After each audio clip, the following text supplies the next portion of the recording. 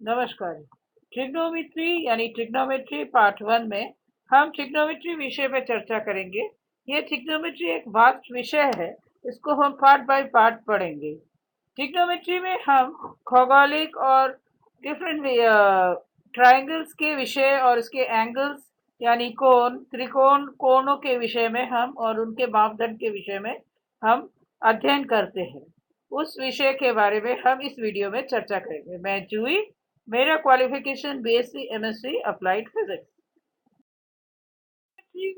क्या होता है? ट्रिग्नोमेट्री में हम एक त्रिकोण के बारे में अध्ययन करते हैं और हम इस ट्रिग्नोमेट्री में जिस त्रिकोण के बारे में अध्ययन करते हैं वो एक समकोणी त्रिकोण होता है। समकोणी त्रिकोण यानी त्रिकोण में तीन कोण होते, तीन कोण में से एक कोण होगा जिसका मान 90 डिग्री का, यानी एक कोण समकोण होगा।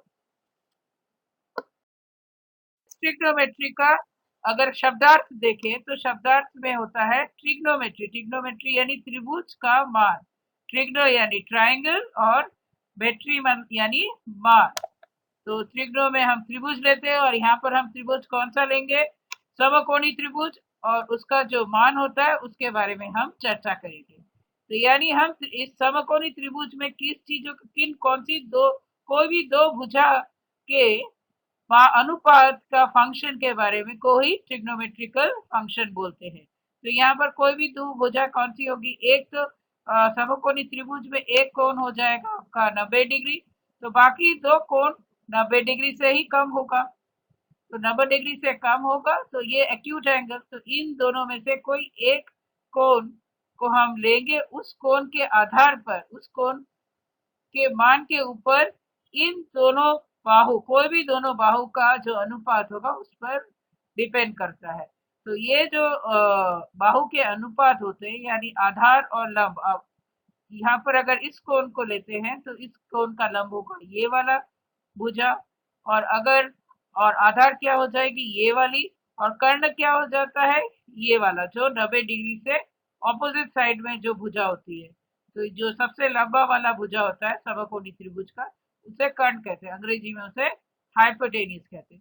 तो इन तीन भुजाओं में से कोई भी दो भुजा का जो अनुपात होता है उसके जो एक एंगल, कोई भी 90 डिग्री के अलावा जो दूसरा एंगल होता है, दोनों एंगल में से कोई भी एक एंगल के ऊपर डिपेंड करता है, और वही ट्रिग्नोमेट्री अनुपात का फंक्शन कहलाता है। ट्रिग्नोमेट्री अनुपात के बेसिकली तीन फंक्शन होते हैं और एक्चुअली 6 फंक्शन होते हैं। उसके बारे में हम नेक्स्ट स्लाइड में हम पढ़ेंगे। ट्रिग्नोमेट्री के विकास में भारतीय अनुदान कौन सा है, क्या है? भारतीय गणितज्ञों में से कहा जाता है कि ट्रिग्नोमेट्री का जन्म हमारे भारत में ही हुआ था, और इसमें से सबसे बड़ा अनुदान है गणितज्ञ आर्यभट्ट का। 476 से लेके 550 ईस्वी में के जीवन काल में उन्होंने आर्य सिद्धांत नामक ग्रंथ में साइन कोसाइन जो ट्रिग्नोमेट्रिकल फंक्शन है, साइन कोसाइन जिसे जय को जय में का परिभाषा दिया है, और इसी से कहा जाता है कि ट्रिग्नोमेट्री का जन्म हमारे भारत में ही हुआ है। इसके अलावा और भी कहा जाता है कि ग्रीक सभ्यता में भी इस विषय में चर्चा की गई है, ट्रिग्नोमेट्री के बारे में चर्चा की गई है, जहाँ पर उन्होंने तारों सितारों के दूरी, किसी लैंडमार्क की दूरी और वो सर्कल्स के यानी वृत्तों के कोड्स यानी वृत्तों के जय से के अनुसार उसको कैलकुलेट किया है। और यहाँ पर ट्रिग्नोमेट्री आर्यभट्ट जी ने त्रिकोण के माध्यम से कैलकुलेशन किया गया है, तो इसके बारे में चर्चा किया है उनके बारे में। इसमें आर्य सिद्धांत में कहा जाता है कि ट्रिग्नोमेट्री में का जन्म हुआ है। इसके अलावा ग्रीक सभ्यता में भी इसकी चर्चा है। ट्रिग्नोमेट्री का उपयोग कहाँ कहाँ होता है? ट्रिग्नोमेट्री का उपयोग खगोल विज्ञान में होता है, जहाँ पर तारों सितारों की दूरी मापने में ट्रिग्नोमेट्री का उपयोग किया जाता है। उपग्रह के सहायता से नेविगेशन, उपग्रह के सहायता से नौसेना ट्रिग्नोमेट्री में अत्यंत उपयोगी होता है, यानी नेविगेशन।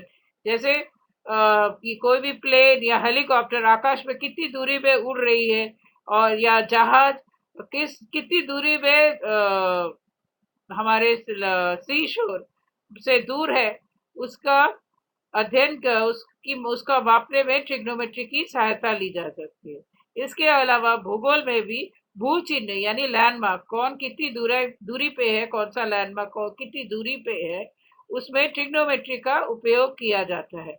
इसके अलावा किसी लंबे स्काई स्क्रैपर या मीनार की ऊंचाई नापने के लिए, या समुद्र के नीचे कितना गहराई है उसकी गहराई नापने के लिए भी ट्रिग्नोमेट्री का उपयोग किया जाता है। इसमें से कुछ अध्ययन हम लोग ट्रिग्नोमेट्री के अलग अलग पार्ट्स नेक्स्ट पार्ट 3 या पार्ट 4 में उसके विषय में चर्चा करेंगे। यहाँ पर चित्र में देखिए, चित्र में थोड़ा बहुत बताया गया है। ये दूसरे चित्र में देखिए, एक हेलीकॉप्टर है। इस हेलीकॉप्टर का पोजीशन ये वाले मेट्रो स्टेशन से ट्रिग्नोमेट्री के माध्यम से हम पता लगा सकते हैं कि किस पोजीशन में है, कौन सी कितनी दूरी पे है और कितना टाइम लगेगा अपने शोर तक आने के लिए। ये हेलीकॉप्टर लैंड करने के लिए कितनी दूर है लैंडिंग पोजीशन से। ट्रिग्नोमेट्री के सहायता से हम इसका अध्ययन या पता लगा सकते हैं। ट्रिग्नोमेट्री में अध्ययन करने के लिए किन्हीं दो भुजा, एक समकोणी त्रिभुज में किसी दो भुजाओं का अनुपात से हम ट्रिग्नोमेट्री के फंक्शंस कहते हैं। मेन फंक्शंस इसमें क्या क्या होता है?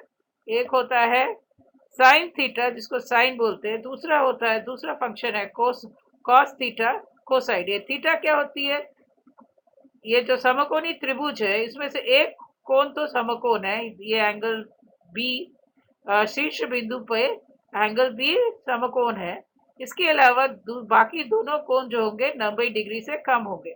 जो एक कोण हम जब लेंगे उसका मान हम थीटा मान लेते हैं, जैसे अलजेब्रा में हम एक्स मान लेते हैं, इसको हम थीटा मान लेते हैं। इसका नाम ये जो चिन्ह है इसको कहते हैं थीटा मान लेते हैं। तो इस थीटा के आधार पर, ये थीटा कितना एंगल है, इसके आधार पर इसके भुजाओं का अनुपात डिपेंड करता है। तो लंब और कर्ण का अनुपात हो जाएगा साइन थीटा, कॉस थीटा हो जाएगा आधार और कर्ण, वैसे टैन थीटा होगा, वैसे चौथा होगा sec theta, cosec theta, cot theta. यहाँ पर थीटा जो होगा 90 डिग्री से कम और 0 डिग्री से ज्यादा। इसमें एक और बात देख लेते हैं। एक समकोणी त्रिभुज इस चित्र में, इस स्लाइड में देखिए, तो चित्र है समकोणी त्रिभुज ABC, जिसमें बी पॉइंट पे है एक समकोण और सी शीर्ष बिंदु में जो कोण बन रहा है उसको हम थीटा मान लेते हैं। तो साइन थीटा क्या होता है? कोण के विपरीत भुजा जो होती है, होती है उसको हम पी मान लेते हैं, या लंब भी बोलते हैं, क्योंकि ये थीटा जिसके जो दो भुजाओं के ऊपर है कर्ण, और एक और जो भुजा होती है उस भुजा को कहते हैं आधार या संलग्न भुजा। तो फिर साइन थीटा क्या हो जाएगा? कोण थीटा की विपरीत भुजा अपॉन कर्ण, इन दोनों का अनुपात हो जाएगा साइन थीटा। कॉस थीटा किसका अनुपात होगा? थीटा के संलग्न भुजा, यानी ये अगर थीटा हम मान लेते हैं तो इसका संलग्न भुजा BC होगा। BC और कर्ण क्या अनुपात होता है? Cos theta. और टैन थीटा क्या होता है? कोण का विपरीत भुजा यानी AB और संलग्न भुजा यानी BC। तो और उसके अलावा ये 3 होगा मुख्य फंक्शन। उसके अलावा और 3 है कोसेक थीटा क्या हो जाएगा? साइन का जस्ट विपरीत, 1/sin थीटा इनवर्स। तो तब हो जाएगा कर्ण बाई विपरीत भुजा का अनुपात। सेक क्या होगा? 1/cos theta. 1/cos थीटा यानी सेक थीटा किसका अनुपात? कर्ण बाई संलग्न भुजा, थीटा का संलग्न भुजा यानी आधार भुजा भी कह सकते हैं, उसका अनुपात जो होगा वो होगा सेक थीटा। कॉट थीटा होगा क्या? संलग्न भुजा और विपरीत भुजा यानी लंब भुजा का अनुपात। तो ये हो जाएगा टैन थीटा का इनवर्स। इसको हम अच्छे से हम पढ़ेंगे नेक्स्ट स्लाइड में। यहाँ पर देखिए थीटा 90 डिग्री से कम और 0 डिग्री से ज्यादा। यहाँ पर theta 50 degree, 20 degree, 30 degree, 45 degree, 83 degree, even 89 degree भी हो सकता है। 90 डिग्री हम लेंगे तो वो एक हाइपोथेटिकल सिचुएशन हो जाएगा। वो सिचुएशन होना इम्पॉसिबल है, लेकिन उसको हम हाइपोथेटिकल सिचुएशन लेंगे।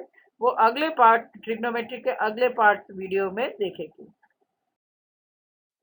यहाँ पर देखिए फिर से वही एक त्रिभुज, समकोणी त्रिभुज एबीसी।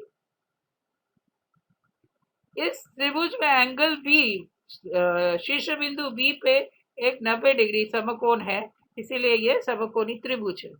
और उसके अलावा जो बाकी दो कर्ण में से, कोणों में से एक कोण लिया है, वो है थीटा, उसका मान थीटा लिया है। तो एंगल बी ए सी, बी सी, सॉरी, ए सी बी, वो है इज इक्वल टू थीटा। और थीटा क्या होगा? 90 डिग्री से कम और 0 डिग्री से ज्यादा। और कोण का आधार कर्ण, थीटा क्या है? आधार और कर्ण के बीच का कोण को माना गया है। आधार और कर्ण के बीच का, कर्ण क्या है? हाइपोटेनियस। कर्ण किसे कहते हैं? जो 90 डिग्री के ऑपोजिट जो भुजा होती है, ये जो 90 डिग्री कोण के ऑपोजिट साइड में जो भुजा होती है त्रिभुज का, उसे कर्ण कहते हैं, जिसे अंग्रेजी में हाइपोटेनियस कहते हैं, और उसको स्मॉल h से डिनोट किया जाता है। और कर्ण फिर क्या हो जाएगा? AC। लंब क्या हो जाएगा? AB। अगर हम ये थीटा ले तो ये हो जाएगा लंब, यानी सामने की भुजा। संलग्न भुजा या आधार कौन सा हो जाएगा? उसको हम स्मॉल b से डिनोट करते हैं। जो थीटा कर्ण के अलावा दूसरी जो भुजा के ऊपर है, ये जो थीटा कोण, तो उसे कहते हैं आधार या संलग्न भुजा, उसको डिनोट करते हैं हम b से। तो साइन थीटा, फिर थीटा कोण के तीन प्रमुख त्रिकोणीय अनुपात क्या हो जाएंगे? सबसे पहले साइन थीटा। साइन थीटा क्या हो जाएगा? p/h, यानी लंब बाई कोण, तो साइन थीटा को कहते हैं। साइन थीटा क्या हो जाएगा? फिर से देखिए, साइन थीटा फंक्शन थीटा, उसका अनुपात क्या होगा? p/h, लंब और कोण। लंब और कोण का अनुपात होता है साइन थीटा। तो यहाँ पर लंब कौन सा हो जाएगा? A B. इस थीटा का ऑपोजिट साइड में जो 90 डिग्री लंब है, तो वो हो जाएगा आपका ए बी। और कर्ण क्या हो जाएगा? ए सी। कॉस थीटा क्या होगा? आधार और कोण का अनुपात, तो आधार बाई कोण, तो हो जाएगा b/h। तो यहाँ पर आधार क्या है? BC, और कर्ण क्या है? AC। तो cos थीटा क्या हो जाएगा? BC/AC। और tan थीटा क्या हो जाएगा? P/h। P/h यानी लंब बाई आधार, यानी इस थीटा का, यहाँ पर हम कर्ण अब नहीं लेंगे, लंब या सामने वाली भुजा और संलग्न भुजा या आधार का अनुपात। So it will be A/BC, AB/BC। लंब होगा AB और BC होगा आधार, तो वो हो जाएगा, उसको वो होगा tan थीटा। यहाँ पर ट्रिग्नोमेट्रिकल फंक्शन क्या होगा? tan theta. So trigonometrical function tan theta क्या हो जाता? लंब और आधार का अनुपात। बाकी तीन अनुपात के बारे में और पढ़ लेते हैं। cos थीटा क्या हो जाएगा? कर्ण बाई लंब, वो क्या हो जाएगा? साइन थीटा का इनवर्स, साइन थीटा का उल्टा। साइन थीटा था क्या? लंब बाई कर्ण का अनुपात। और यहाँ पर क्या हो जाएगा? कर्ण बाई लंब, यानी h/p। तो वही सेम चित्र हमने लिया है, ट्राइंगल एबीसी, त्रिभुज एबीसी, समकोणी त्रिभुज, तो उसमें h/p, जस्ट द उल्टा of sine theta. Sec theta क्या हो जाएगा? कर्ण बाई आधार का, कर्ण बटे आधार का अनुपात। सेक थीटा होगा कर्ण बटे आधार, दैट इज h/b। तो AC/b हो जाएगा, तो that is 1/cos theta, 1/cos theta. तो यानी cos थीटा का इनवर्स होता है सेक थीटा। और कॉट थीटा क्या हो जाएगा? कॉट थीटा, tan थीटा में हमने क्या लिया था? संलग्न भुजा बाद में लिया था, लंब भुजा बाई संलग्न भुजा। यहाँ पर क्या लेंगे? संलग्न भुजा यानी आधार भुजा बटे लंब भुजा। तो लंब हो जाएगा P। तो यहाँ पर होगा B बाई P, B बटे P। तो B क्या हो जाएगा, जिसके ऊपर थीटा है वो है BC, थीटा इधर है, ये BC बाई AB। तो BC बाई AB हो जाएगा 1/tan, जो हमने पिछले स्लाइड में देखा। tan क्या था, AB by BC, P by B, AB बटे BC। यहाँ पर क्या हो जाएगा, BC बटे AB, तो इसीलिए cot थीटा हो जाएगा 1/tan। यहाँ पर फिर से देख लेते हैं, sec थीटा हो जाएगा sin थीटे का उल्टा, यानी कर्ण बाई लंब, कर्ण बटे लंब। sec थीटा हो जाएगा कर्ण बटे आधार, तो cos का उल्टा, तो 1/cos, 1/cos। और cot थीटा हो जाएगा आधार बटे लंब का अनुपात। तो cot थीटा फंक्शन होगा इज इक्वल टू किसके बराबर होगा, tan का इनवर्स यानी tan का उल्टा। सो हम लिखेंगे, इसीलिए हम लिखेंगे 1/tan थीटा। इसमें से हम एक और निष्कर्ष निकाल सकते हैं, tan theta is equal to sine theta, tan theta बराबर साइन थीटा बटे कॉस थीटा। ये कैसे आया है, अब हमने पिछले स्लाइड में देखा, इसी चित्र को लेके साइन थीटा क्या हो जाता है, A B by B C, यानी लंब बाई कर्ण, लंब बटे कर्ण। और कॉस थीटा क्या हो जाता है, आधार या संलग्न भुजा बटे कर्ण। तो क्या हो जाएगा, इधर से AC और AC दोनों, यानी H और H, AC कट गया, तो हमारा क्या बचा ये AB upon BC, that is P by B, लंब बाई संलग्न भुजा, लंब बटे संलग्न भुजा, वो क्या होता है tan थीटा। तो हम tan थीटा को कह सकते हैं sin theta by cos theta. और tan थीटा क्या हो जाता है, cos थीटा का जस्ट इनवर्स। तो उसी तरह हम cot थीटा को कह सकते हैं cos theta by sin theta. ऐसे ही हम cos थीटा क्या लिख सकते हैं, BC बाई AC, यानी आधार बटे कर्ण। और साइन थीटा को क्या लिख सकते हैं, लंब बटे कर्ण। तो कर्ण और कर्ण कट जाता है, दोनों फंक्शंस में बटे में है, बाई में है, तो इसीलिए कट गया। तो बचा हमारे पास क्या, संलग्न भुजा यानी आधार, और लंब भुजा जो विपरीत भुजा है, तो P बाई B। तो इसीलिए हमारा आ जाता है P बाई B। तो कॉट P बाई B क्या हो जाता है, कॉट थीटा। तो यहाँ से हम ये प्रमाण कर दिया है कि कॉट थीटा को हम लिख सकते हैं cos theta by sine theta, और टैन थीटा को लिख सकते हैं sine theta by cos theta, sign theta बटे कॉस थीटा। अब इस स्लाइड में हम थीटा के अलावा अब तीसरे कोण के बारे में भी चर्चा करेंगे, उसके ट्रिग्नोमेट्रिकल फंक्शन के बारे में पढ़ेंगे। यहाँ पर देखिए, एक इस त्रिभुज ABC या त्रिकोण ABC में 3 कोण है। एक कोण तो 90 डिग्री है ही समकोणी त्रिभुज में, एक कोण 90 डिग्री है, दूसरा हम थीटा मानते हैं। तो तीसरा वाला क्या होगा, 90 माइनस थीटा। तो 90 माइनस थीटा कैसे आया, अब हम देखते हैं। हमें मालूम है कि एक त्रिभुज या त्रिकोण में जो तीनों कोणों का जो टोटल मान होता है वो होता है 180 डिग्री। उसमें से एंगल ए हमें मालूम नहीं, एंगल बी 90 डिग्री होता है। ये शीर्ष बिंदु एंगल बी पर 90 डिग्री कोण है, तो एंगल, इसीलिए एंगल बी 90 डिग्री हो गया, कोण बी 90 डिग्री।